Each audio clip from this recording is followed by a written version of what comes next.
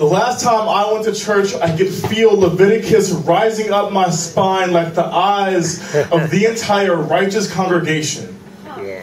As the choir whispered, exalted behind the pulpit, about how I walk. Like I got serpents coiled around my hips, hiss and spit when I talk like a boy who spends too much time with his sister. Sweet.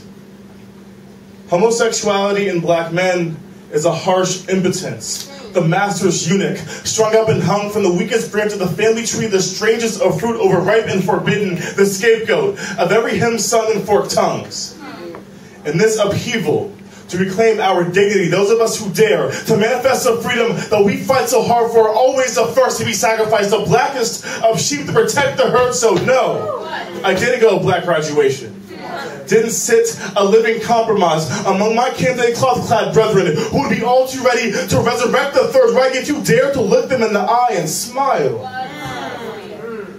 Every gay civil rights activist remembers being ordered to keep that faggot shit on the down low, fire hose in the closets under an artifice of progress, marching in Washington with pieces of stonewall embedded into battered ribs. My people answer me this.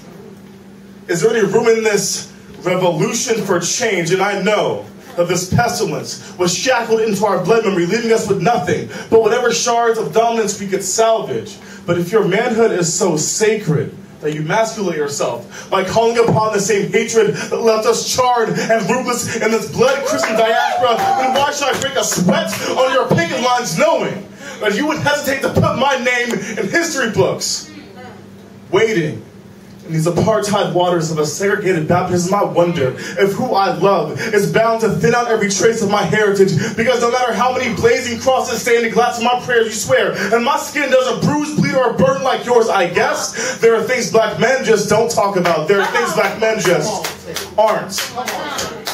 So why should I bother tracing these gnarled Atlantic severed roots if only for the enlightenment of being called an abomination of my ancestry, a Caliban corruption of this legacy, black and queer. Black a bridge I don't know how to build, because queer is a chasm that runs so much deeper than pigments.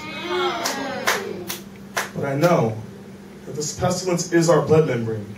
This discord, all we ever learned of our history, so I will brave your sermons, bear your lashes, and I will pray for your mercy and rosary beads and bull rounds, because my brother, once all the tear gas has settled, how much longer until you set your crosshairs on us?